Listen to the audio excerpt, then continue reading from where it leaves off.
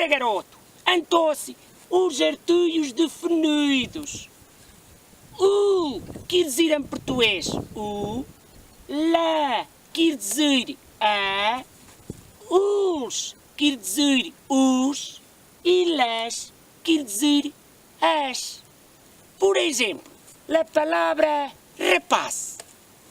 O rapaz, la rapaza, os rapazes e las rapazas. Entendeste, garoto? Aposta-me entendes. O lê com apóstrofe. É assim quando as palavras são fêmeas, quer dizer femininas. No singular e empiezam por vogal. Mas eu a pus, já te vou aumentar nisso. Sei, garoto, sei. Ora, garoto, e agora? Os artigos indefinidos.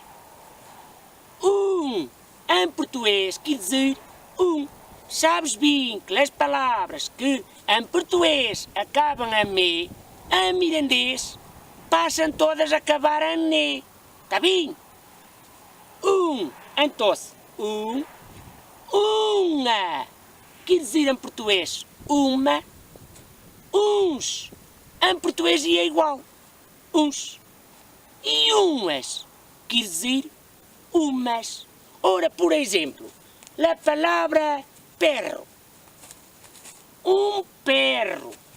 Uma perra. Uns perros. Umas perras. Sabes bem que perro quer dizer cão. E esses são os artios indefinidos. Entendeste, garoto? Sei. Ora, garoto, tornamos outra vez aos artios definidos. Como já tinha dito, as palavras fêmeas que empiezam por vogal e está no singular, em vez de poner o artigo lá, podes poner o lê com apóstrofo. Por exemplo, a palavra águila quer dizer águia. L'águila, juntas todo ao ler. Por exemplo, a palavra auga. Sim, auga, ai pouca.